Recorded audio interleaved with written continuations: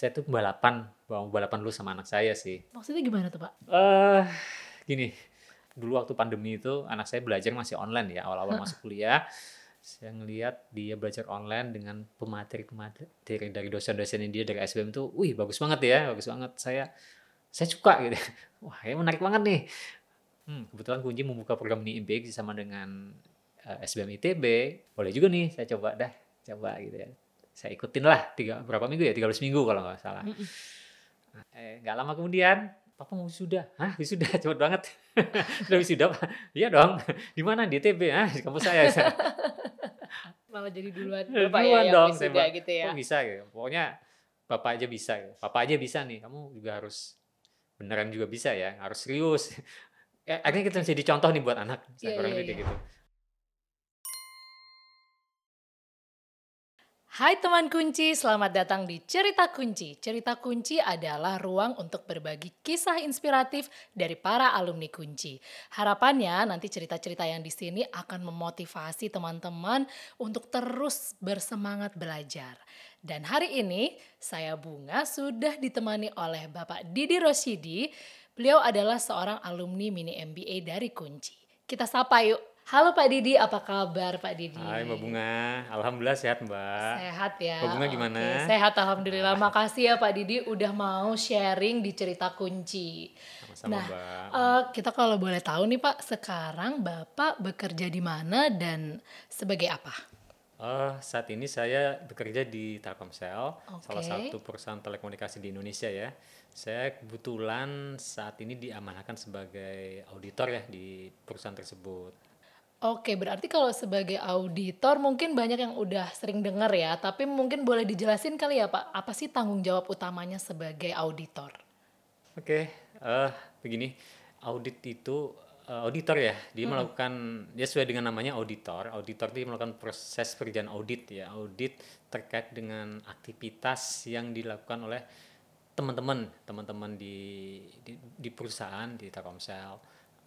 Kita menyebutnya kalau teman-teman yang audit itu sebagai auditi, nyebutnya auditi. Jadi kita Oke. memastikan salah satu tugas kami adalah memastikan apakah aktivitas pekerjaan teman-teman itu sudah sesuai dengan ketentuan yang ada di perusahaan, SOP atau best practice yang ada di dunia lah, best practice. Kemudian ya kita lihat saja jadi apakah ada gap terkait dengan ketentuan tadi, kemudian kita melakukan analisa lebih lanjut apakah ada sesuatu yang perlu di-improve misal seperti itu. Oke, berarti itu terkait semua aspek Ya, di departemen itu ya Pak Didi ya? ya semua aspek yang ada di perusahaan sebenarnya. Jadi Oke. perusahaan itu kan banyak. Jadi ada aspek finansial, Mm-mm. misalnya ada aspek bisnis commerce, ada aspek investasi misalnya, atau ada aspek IT juga termasuk, ada network. Banyak lah semuanya sebenarnya menjadi ruang lingkup kerjaan yang ada di unit saya gitu ya. Tapi tentunya tidak semuanya orang auditor itu bisa menguasai semuanya. Jadi dia dibagi atas beberapa bidang ya. Yang tadi bidang finance ada, bidang IT ada, network ada. Ya begitulah Mbak Bunga. Jadi Oke. menyesuaikan.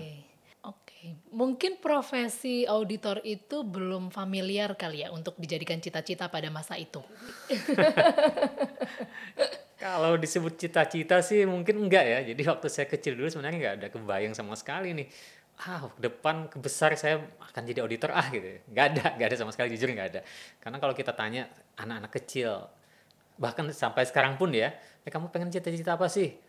Pasti saya yakin ada yang cita-cita jadi auditor ya. Paling secara umum mereka, saya pengen jadi dokter, saya pengen jadi pilot, saya pengen jadi mungkin YouTuber ya, mungkin sekarang ya bisa jadi seperti itu. Tapi yang pasti apa yang ada di pikiran saya waktu itu memang nggak ada sama sekali. Nggak Itu terpikir ya. tidak terpikirkan waktu itu. Mungkin karena profesinya tidak sering dikenal dulu ya waktu masih kecil atau apa gitu kan ya.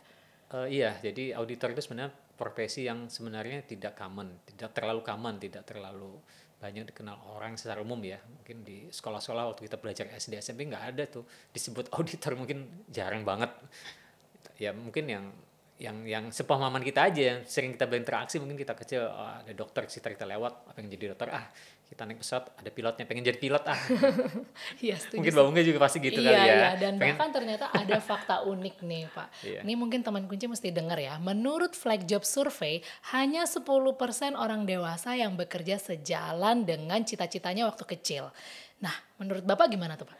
Tepat sih, betul sekali sih kalau saya lihat seperti itu ya Mbak ya, Bunga ya, bisa jadi memang 10% hanya bisa jadi ya. Jadi gini, kayak kita ketahui ya sekarang misalnya banyak anak-anak yang mungkin terpapar dengan media sosial YouTube ya. Banyak sekali itu kalau anak kecil, kamu pengen jadi apa sih, YouTuber? Karena Iya, kenapa? betul. Banyak banget yang orang-orang bikin konten YouTube dan memang penghasilannya luar biasa banyak lah. Dengan hanya dia cuap-cuap aja terus uang ngalir masuk. Tapi kita bicara flashback ke mungkin 40 tahun yang lalu kan belum ada ya. Setahu saya nggak ada YouTube waktu itu. Ada nggak orang-orang bercita-cita pengen YouTuber? Mungkin nggak. Ada, nggak terpikir gitu Bahkan ya. saya yakin tuh sekelas YouTuber sekarang nih, selebgram sekarang, mungkin dia mungkin 10 atau 20 tahun lalu dia ditanya, kamu dulu ada nggak cita jadi selebgram? Enggak, saya yakin ada. enggak. Mungkin yang common ya, dokter, pilot, apalagi ya Pak, pramugari Pramugari ya. Kalau mungkin saya ya. dulu mungkin pernah pengen jadi pramugari gitu. Pantes sih Mbak Bunga. Oke. Berarti Pak mengawali karirnya itu langsung menjadi auditor atau pernah menjabat posisi lain? Oh enggak. Itu auditor itu sebenarnya setelah saya sekian lama bekerja di Telkomsel ya, setelah sekian lama. Awalnya saya bukan background auditor sama sekali, jadi saya backgroundnya adalah seorang IT karena pendidikan saya kebetulan waktu itu di sekolah menengah kejuruan, kemudian sekolah S1 saya itu lebih ke berbasis dengan IT. Jadi saya belajar tentang IT, programming, bikin aplikasi, bikin ya macam-macam lah ya terkait dengan IT. Dengan knowledge saya itu saya masuklah ke Telkomsel pertama kali seperti itu sebagai IT staff, malah IT operation. Nah sejalan dengan waktu ada tawaran gitu, bukan tawaran sih, jadi ada ceritanya dari unit internal audit itu membutuhkan resource tambahan sebenarnya Mbak Bunga. Kami butuh seorang yang berbasis IT untuk membantu aktivitas audit nih. Kami kebetulan butuh orang, mungkin ada yang bisa bantu nggak, orang lebih seperti itu untuk melakukan audit bidang IT. Tapi saya gimana, saya nggak punya kemampuan untuk itu. Nanti bisa kita ajari dulu lah secara cepat. Itu awalnya seperti itu sementara. Masih diperbantukan sifatnya waktu itu. Oke, berarti dari IT terus Bapak switch ke auditor gitu ya Pak ya? Tidak secara langsung sih sebenarnya. Jadi ada waktu beberapa bulan lah kita mengenalin dulu nih sebenarnya kerjaan auditor seperti apa sih sebenarnya auditor. Memang sih nggak jauh-jauh dengan IT juga. Jadi kita melakukan audit bidang IT, cuman pemahaman pekerjaannya adalah kita selama ini sebagai pelaksana staf, tapi kita naik level lah, kurang lebih seperti itu. Kita lebih naik level ngelihat bagaimana dari sisi auditor tuh ngelihat IT itu harusnya seperti apa, misalnya seperti itu. Nah dari situlah saya belajar, ternyata menarik juga nih, ada sesuatu yang baru buat saya. Saya mulai punya kepikiran, kayaknya boleh juga nih kalau sementara saya menjajaki, coba mendalami lebih dalam lagi, kurang lebih kayak gitu. Oke Pak, jadi menurut sebuah survei oleh Indeed, alasan utama orang beralih karir itu ada 3. 43% menginginkan gaji yang lebih tinggi, 39% menginginkan karir yang lebih memuaskan, dan di 28% menginginkan keseimbangan kehidupan kerja yang lebih baik. Atau mungkin istilah sekarangnya work-life balance. Nah, Bapak ada di mana nih posisinya? Apa tadi? Karir, gaji, dan juga work-life balance. Mungkin karir ya, saya mungkin merasa kalau seandainya saya terus-terusan di IT, mungkin ya itu aja, saya mungkin nggak terlalu bisa lebih berkembang lagi. Saya merasa memang sih IT nggak akan pernah habis ilmunya, tapi kalau saya bisa mempelajari suatu experience baru misalnya, saya mungkin akan bisa lebih berkembang. Otomatis itu ya, karir berkembang, tentunya ada life balance. Mungkin gaji itu juga pasti harusnya kan menyesuaikan. Anggaplah itu bonus lah, itu bonus. Tapi kita pasti menginginkan itu juga akan manusiawi lah maksudnya kan. Iya. Oke, berarti semuanya ya Pak ya. Semuanya itu kayak Nah, kira-kira apa aja sih Pak struggle-nya ketika Bapak berpindah karir dari seorang IT menjadi seorang auditor? Karena kan apalagi tadi juga cerita ada masa transisi, menjajaki dari IT ke auditor dan lain sebagainya. Awalnya saya memang ngaudit tentang IT, mungkin dari sisi knowledge IT saya mungkin ya masih lumayan cukup, oke lah gitu ya. Artinya bisa gitu saya melakukan audit IT, tapi tetap harus ada pembekalan atau penambahan basic knowledge lain, misalnya terkait dengan komunikasi, terkait dengan negosiasi barangkali. Jadi kita melakukan audit kan dengan orang, kadang-kadang orang nggak suka nih, menurut saya ini, menurut dia menurut B, oh bukan. Nah, kita harus bisa meyakinkan audit kita, Pak, ini sebagusnya seperti ini. Ada rekomendasi yang kita harus sampaikan, mengacu kepada problem atau permasalahan atau fakta-fakta yang kita temukan setelah melakukan audit. Karena audit itu sebenarnya tujuannya adalah kita memberikan rekomendasi yang terbaik lah buat perbaikan ke teman-teman ya. Artinya kita harus punya basic knowledge juga. Ini loh yang seharusnya menurut aturan best practice seperti ini, menurut pengalaman experience saya seperti ini. Nah, itu kan harus ada enrichment lagi gitu, harus ada bekal tambahan lagi. Anggaplah tadi komunikasi skill, macam-macam lah, negosiasi skill, bahkan ilmu-ilmu lain. Karena audit itu sebenarnya tidak berdiri sendiri, dia juga harus dibarengin dengan ilmu-ilmu lain, misalnya finansial juga dan seterusnya dan banyak. sebagainya. Oke, berarti ada tantangan sendiri-sendiri ya Pak antara dunia IT dan juga dunia audit. Jadi gini, sejalan dengan waktu memang awalnya saya sebagai IT audit ya, sebagai IT auditor. Tapi pada prakteknya kita juga dituntut melakukan audit bidang lain. Contoh misalnya saya melakukan audit bidang pengadaan IT misalnya, pengadaan IT juga ada, atau terkait dengan produk misalnya gitu ya. Produk itu lebih banyak ke aspek commerce, tapi produk IT juga. Atau sekarang kita mengenal namanya digital advertising ya, misalnya contohnya seperti itu ya. Itu kan sebenarnya terkait dengan marketing, tapi ada teknologi informasi juga di sana, ada data analytical misalnya. Artinya saya juga harus membekali saya ilmu-ilmu lain di luar IT untuk bisa menghasilkan nanti rekomendasi yang sebenarnya relate dengan kondisi-kondisi bisnis, entah itu dari aspek finance-nya, entah itu aspek ya pengadaan yang baik seperti apa misalnya. Nah, itulah yang struggle-nya saya. Selama ini mungkin saya lebih banyak untuk melakukan audit terkait dengan bagaimana aplikasi itu dibuat supaya oke gitu ya, sesuai dengan requirement. Artinya ada kombinasi tertentu, aspek finance-nya gimana misalnya ini visible, contoh seperti itu. Ini sesuai dengan kebutuhan user. Artinya kita harus menguasai bisnis aspek ilmu yang lain. Jadi menurut Bapak, seberapa penting sih upgrading atau upskilling knowledge terkait bidang yang Bapak geluti sekarang? Padahal kan Bapak hitungannya sudah lama ya switch karir ke posisi yang sekarang. Oh, pasti. Tentunya kita sebagai auditor tidak boleh ketinggalan dengan apa yang diketahui oleh klien kita atau auditi kita ya. Jadi supaya nyambung dan kutip ya, supaya nyambung frekuensi apa yang kita bahas dengan teman-teman auditi kita atau teman-teman klien kita, sebutnya kita kadang klien ya, karena kita berusaha memposisikan diri auditor tuh jangan terkesan kita tuh di atas mereka, kita tuh partner sebenarnya, kita itu sebenarnya partner lah dengan teman-teman audit itu. Artinya kita harus sama-sama mengetahui nih saat ini yang di dunia kerja kita, yang tren apa, yang jadi masalah umum apa, problem yang lagi hit bukan hit ya, tapi yang saat ini banyak dihalamin oleh teman-teman seperti apa. Artinya kita harus selalu update gitu, selalu update, harus tahu apa sih yang menjadi isu-isu saat ini gitu ya, isu-isu yang dihadapin bisnis, untuk kita bisa mencari tahu, nyari tambahan informasi. Sebenarnya yang dibutuhkan adalah seperti ini loh gitu loh. Jadi supaya apa yang nantinya akan kita rekomendasikan ke teman-teman memang tepat sasaran. Ya ibarat dokter ya, kita dokter itu seperti ini contohnya. Dokter itu ada pasien datang mengeluh saya sakit ini. Nah, kita kan harus gali informasi. Apa sih gitu sebenarnya yang dialamin oleh si pasien tadi atau kami auditor, kadang-kadang juga berperan sebagai konsultan juga ya sebenarnya. Apa yang sebenarnya permasalahan apa yang dihadapi oleh di teman-teman. Kita gali, kita analisa, kita cari root cause, akar masalah. Dari situ kita harus melihat, oh kira-kira problemnya seperti ini loh gitu. Dan rekomendasinya kita sesuai dengan knowledge kita.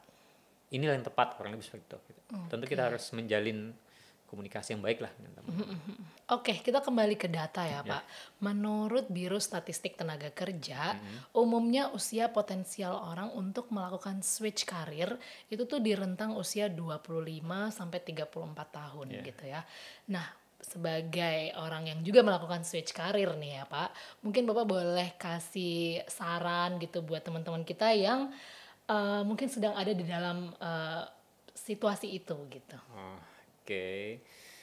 Baik, pastinya kita harus tahu kekuatan kita apa, self assessment ya. Jadi kita harus melihat diri kita sendiri, sebenarnya kita punya strength-nya apa nih? Strength-nya ada kekuatan. Kita punya kelebihan apa sebenarnya? Kita di bidang apa yang kita mau kuat ya?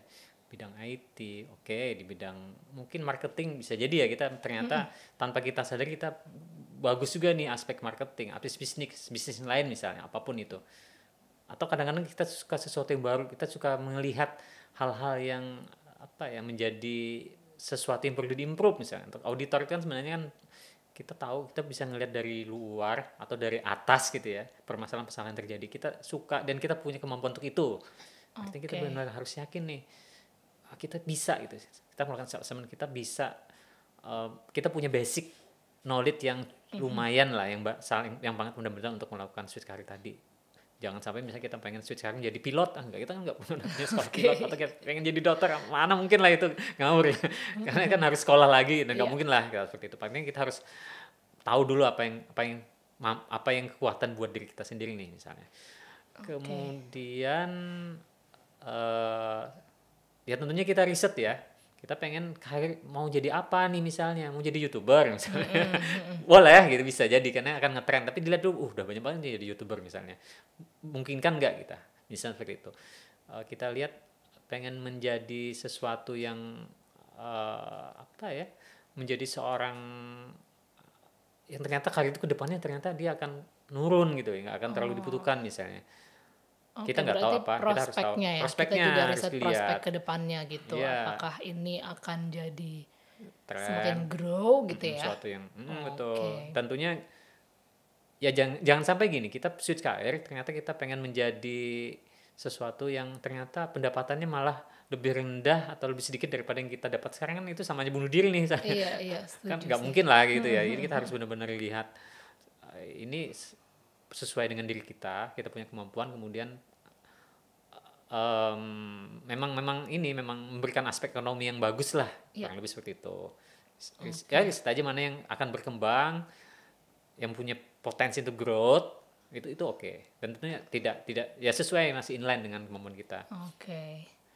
Kemudian networking otomatis ya, artinya untuk bisa switch karir kita harus banyak teman gitu, kurang lebih seperti itu. Jadi ada teman-teman yang bisa kita jadikan bukan batu loncatan ya, tapi minimal kita tidak ngeblank banget lah, Iya, pindah. iya. Artinya katakanlah kita switch karir ke YouTuber, tapi kita nggak pernah bergaul dengan teman-teman YouTuber atau dengan konten kreator atau apa, rasanya agak susah. Jadi kita tidak bisa langsung switch karir begitu saja, harus ada persiapan misalnya.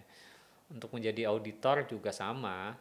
Jadi ya tentunya kita harus punya bekal dulu nih, bekal tadi knowledge, kemudian ya pertemanan juga itu penting juga.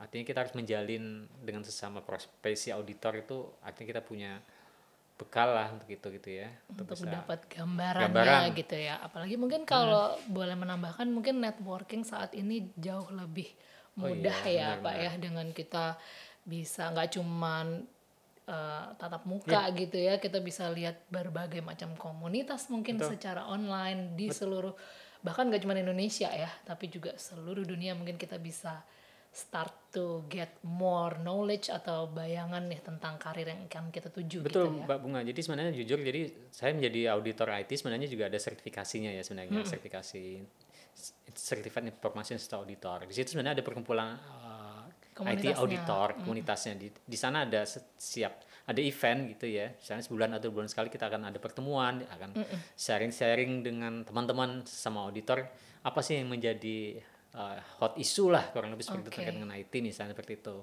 Nah, itu sebagai salah satu bentuk networking kita juga sih sebenarnya. Jadi ya kita kan nggak bisa melakukan pekerjaan itu secara individual ya, Iya, pasti tim ya setuju. gitu ya. Jadi ada beberapa hal yang mungkin kita butuh bantuan yang lebih expert lagi sebenarnya dari teman-teman kolega-kolega kita. Itu penting banget sih kalau menurut saya, Oke, networking. berarti kalau boleh aku simpulkan, untuk teman-teman yang ingin switch karir, mungkin dipastikan untuk melakukan 3 hal itu ya Pak ya. Ya. Self assessment, terus kemudian riset, terutama terkait prospek pekerjaan itu di kedepannya akan seperti apa, dan kemudian jangan lupa untuk selalu melakukan atau membuka akses untuk networking biar kita dapat banyak banget referensi gitu ya Pak ya, Iya, betul. referensi in terms of pekerjaan itu sendiri dan juga mungkin hal-hal lain yang bisa membantu diri Iya, mereka ya Pak ya.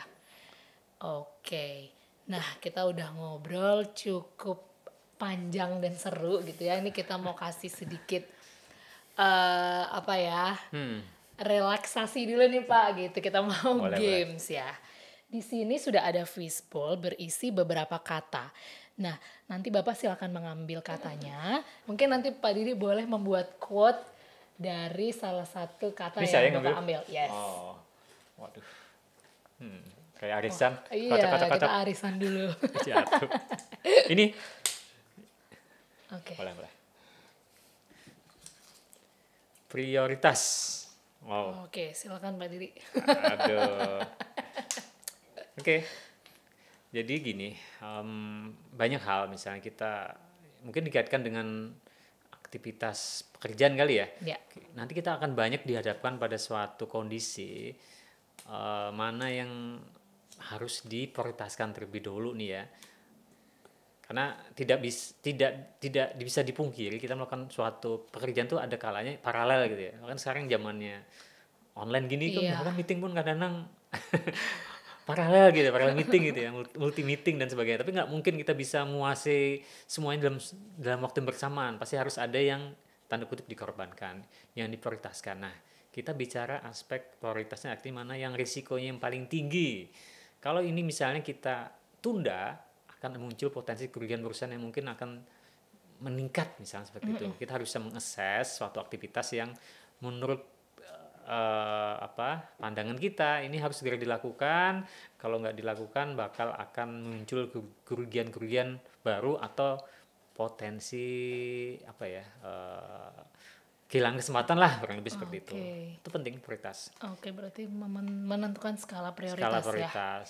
Kalau boleh saya simpulkan, jadi prioritas itu semacam pondasi buat kita. Akar lah, kalau tanaman itu akar, dan itu akan menopang suatu pohon yang besar. Dan pohon yang besar itu akan berbuah kan, otomatis berbuah. Dan buahnya itu akan memberikan suatu hasil yang tentunya akan bisa kita nikmati, baik kita dan maupun keturunan-keturunan kita. Oke. Tadi kan kita udah ngomongin prioritas ya Pak ya. Iya. Nah, kira-kira nih Pak, kalau belajar gitu, menurut Bapak itu juga menjadi sebuah prioritas nggak? Penting nggak sih belajar itu? Wah, penting banget Mbak. Kalau saya pribadi itu sangat. Jadi belajar ya terkait dengan kerjaan saya ya, auditor itu pun nggak akan pernah berhenti untuk belajar. Jadi dia tetap harus update knowledge lah ya. Oke. Apapun itu, mau ya terkait dengan bidang pekerjaan kita atau bidang lain ya, kehidupan pribadi kita lah. Kita bagaimanapun juga belajar itu ya sangat sangat penting. Entah itu belajar dari siapapun, dari orang, dari pengalaman orang lain bisa jadi, atau dari kita baca, Ya. apapun lah bentuk belajar itu bisa macam-macam, tapi tetap itu tidak boleh kita tinggalkan.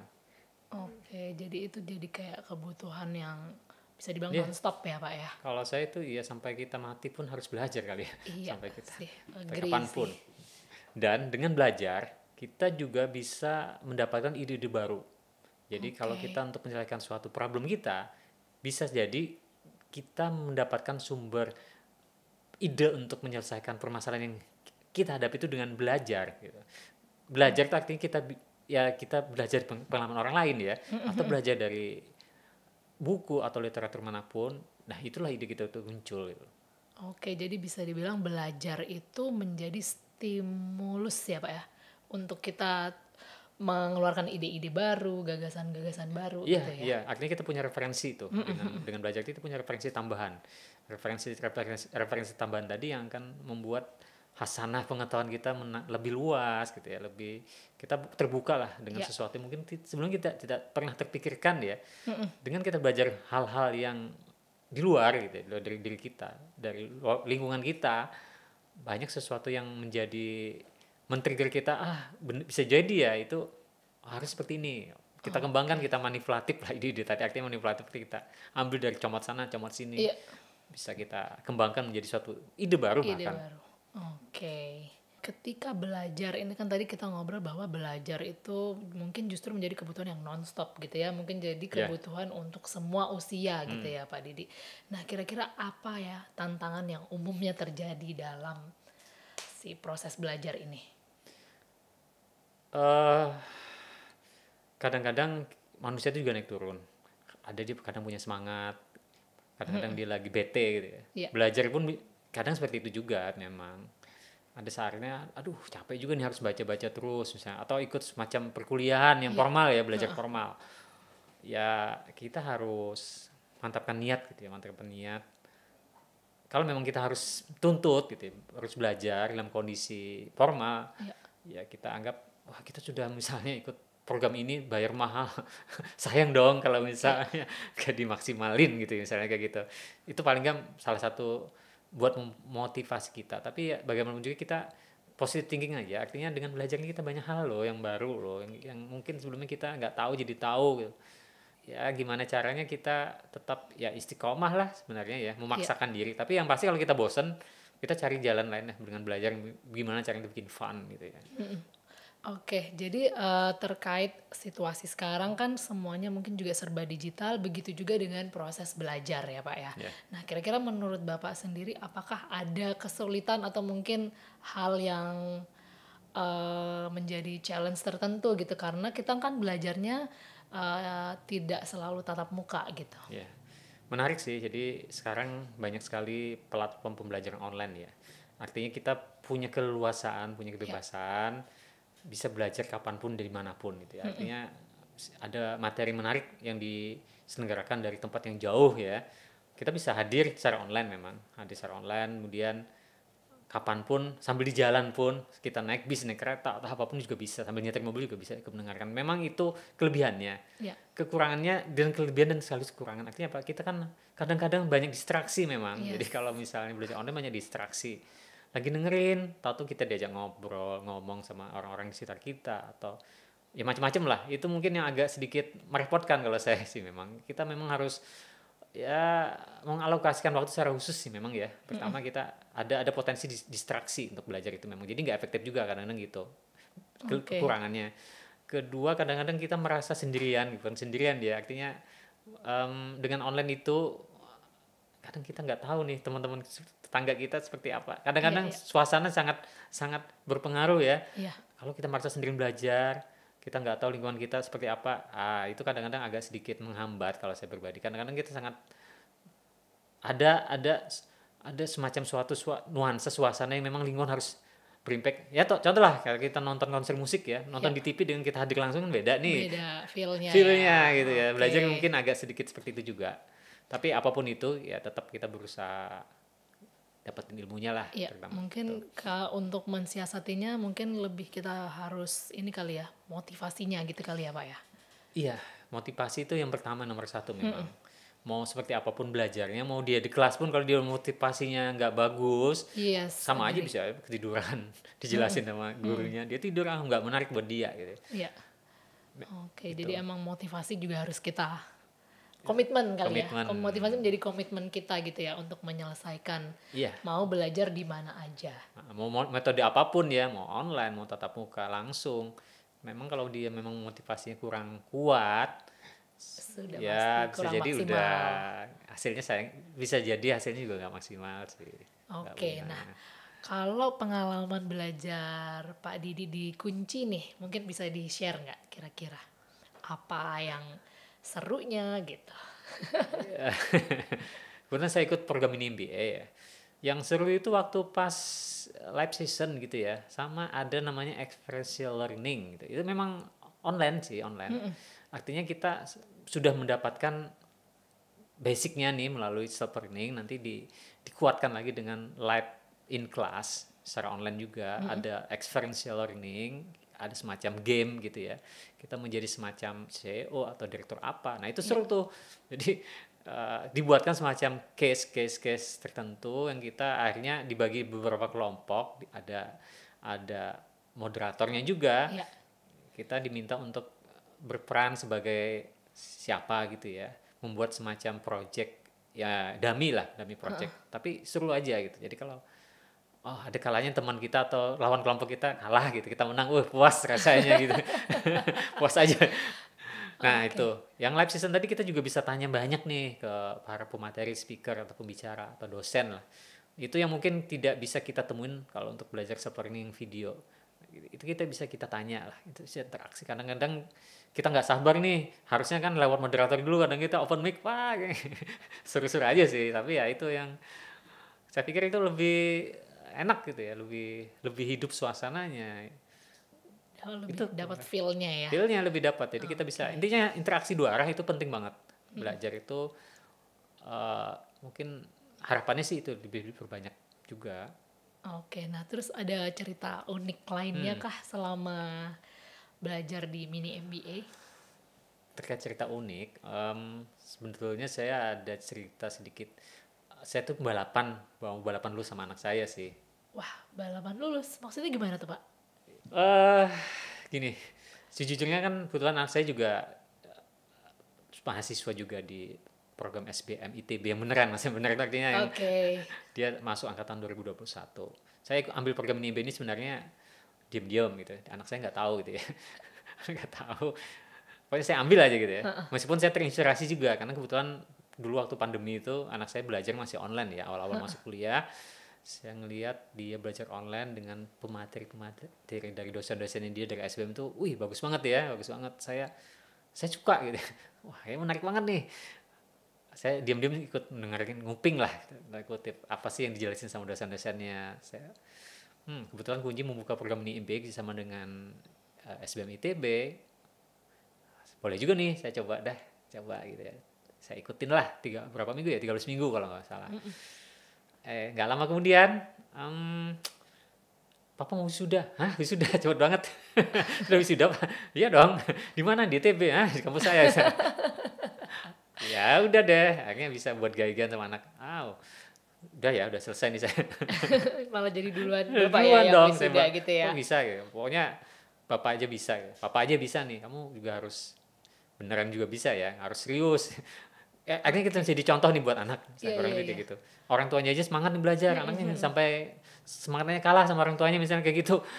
Dia Oke, harus, jadi sambil apa namanya juga menyelesaikan mini MBA, Bapak iya. juga berusaha memotivasi Pertama anaknya itu, ya kedua gitu ya. supaya juga saya nggak ketinggalan ilmu juga sama anak saya gitu. Artinya kalau suatu saat kita debat gitu ya, debat mungkin saling sharing gitu Iya, ya, sharing. saya bisa mengimbangin lah gitu, minimal mengimbangin knowledge-nya dia, anak saya gitu. Meskipun dia juga banyak nanya ke saya juga untuk hal lain, termasuk untuk Oke. memutuskan mau kuliah di mana kan minta pertimbangan saya juga, tapi artinya kita bisa saling ngisi lah, Iya, mana iya. yang dia belum tahu, Bisa saya tahu, sefrekuensi lah ya, Pak ya. frekuensi gitu aja sih sebenarnya. Oke, Pak Didi, Ya. harapannya apa aja nih setelah belajar di Kunci? eh yang pasti kunci kita selesai nih, udah wisuda, tapi jangan berhenti di situ. Maksudnya gini, kita sebagai alumni kunci tetap diberikan ruang untuk menjalin networking lah sesama alumni kunci dengan kuncinya juga gitu. Oke. Harapannya silaturahmi tetap kejaga, kemudian tentu kita kalau ketemu kan bisa saling sharing-sharing nih, Iya, knowledge juga otomatis tetap terupdate gitu iya. ya. Kunci mungkin ngasih sesuatu yang gambaran knowledge baru, teman-teman alumni yang lain juga bisa sharing hal-hal yang baru juga. Itu sih, itu yang sangat kita harapkan. Oke, jadi sembari sharing knowledge juga menjaga networking gitu ya, Pak Atau ada ya. yang jodoh ya, Iya, sesama alumni yang belum nikah tapi. ya mungkin ya bisa jadi sebuah lahan ya kan.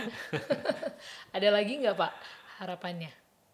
eh Semoga kunci juga lebih banyak ada event-event offline sih kalau saya bilang. Tadi kan kunci memang fokusnya ke online sih, Iya, online live kelas. Tapi sekali-sekali mungkin kunci perlulah memfasilitasi untuk pertemuan offline yang untuk member-member kunci, alumni-alumni kunci yang oke. mungkin kebetulan bisa di suatu tempat. Ya mungkin kita saling ketemu lah, karena ada beberapa hal yang memang tidak bisa tersampaikan secara online mungkin ya, barangkali seperti itu. Oke. Nah, terus berarti networkingnya itu dari peserta dan mentor juga bisa ya, Pak ya? Bisa banget. Mungkin mentor itu Oke. memfasilitasi dari kuncinya sendiri juga ya, bisa jadi seperti itu. Tapi alumni tetap, jadi kita ya mungkin dari sisi kunci juga ada semacam ya, karena ada hubungan dengan alumni itu bisa jadi bisa memprogramkan ada program-program kunci yang lain yang mungkin bisa jadi menarik yang bisa kita ambil lagi nih untuk knowledge update kita. Banyak sih networking tadi sebenarnya tidak hanya dengan kunci ya, tapi dengan teman-teman sesama peserta mini MBA. Ada beberapa teman yang bahkan sesama Telkomsel nih ya, kita nggak kenal gitu. Saking banyaknya di perusahaan kami itu ada lebih dari sekian ribu orang. Kita baru tahu ketemu, ternyata kamu ikut ini, kamu Telkomsel ya, kita juga baru tahu. Misalnya seperti itu. Artinya kita tambah teman nih, teman networking. Juga dari perusahaan lain, terutama dari perusahaan-perusahaan lain. Ada startup juga yang kebetulan yang ikut. Ada yang dari bank, ada yang dari oil and gas. Kayaknya menarik banget gitu ya. Jadi kita punya pemahaman, banyak loh teman-teman di luar kerjaan kita yang ilmunya banyak bisa kita dapetin. Itu Mbak Bunga. Kemudian kita juga banyak dapat pengalaman baru atau wawasan baru tepatnya dari mentor dari kunci atau dari SBM ITB kan sebenarnya oke banget ya. Mereka rata-rata praktisi yang sudah punya pengalaman puluhan tahun di bidangnya masing-masing. Ada yang di bidang oil and gas atau bidang pendidikan juga, ada bidang telekomunikasi juga ada, kemudian ada bidang distribusi ya, macam-macam lah. Beragam, benar beragam. Kita tanya experience mereka lah, dan mereka nggak pelit ilmu, dengan senang hati. Memang mereka senang banget buat sharing, ditanya ya dengan senang hati mereka menjawab gitu ya. Ya kita jatuhnya saling berdiskusi satu sama lain. Saya menyampaikan permasalahan saya atau pertanyaan saya selama ini saya tidak terjawab, dan bisa membantu memberikan wawasan baru. Wow, itu luar biasa. Jadi nggak menutup kemungkinan Mbak Bunga, jadi awalnya diskusi biasa kita dengan mentor, dengan teman-teman, kita akhirnya terjadilah networking yang bagus gitu ya kita dengan mereka. Yang sampai sekarang pun kita masih berhubungan gitu ya. Masih di luar program ini BG udah selesai, kita tetap terjaga networkingnya gitu ya. Oke, terima kasih Pak Didi. Sama Mbak Bunga. Seru banget pembahasan kita gitu ya. Pak Didi sharing macam-macam, mulai dari belajar, karir switching, dan juga ternyata ada banyak impact gitu ya dari kita belajar online, offline, dan lain sebagainya. Start dari sekedar belajar, diskusi, dan ternyata kemudian termaintain lah networking yang ternyata juga impactful untuk Pak Didi dan pekerjaannya ya Pak ya. Nah, sebelum kita tutup nih obrolan kita di Cerita Kunci, kita mau ada lagi deh Pak. Waduh. Challenge buat Bapak. Iya deh. Jadi kita pengen, kalau tadi kan kita ambil satu kata gitu ya untuk bikin quote. Nah, kalau sekarang saya mau minta tolong Pak Didi untuk bikin quote dari kata kunci. Belajar adalah kunci, tapi nggak boleh pakai kunci jawaban ya. Oke, jangan lupa ya teman-teman, belajar adalah kunci dan jangan pakai kunci jawaban. Oke, thank you ya Pak Didi, thank you Sama-sama, banget. Mbak Bunga. Dan terima kasih juga teman kunci yang udah menyaksikan, dan sampai ketemu lagi di Cerita Kunci berikutnya. Bye.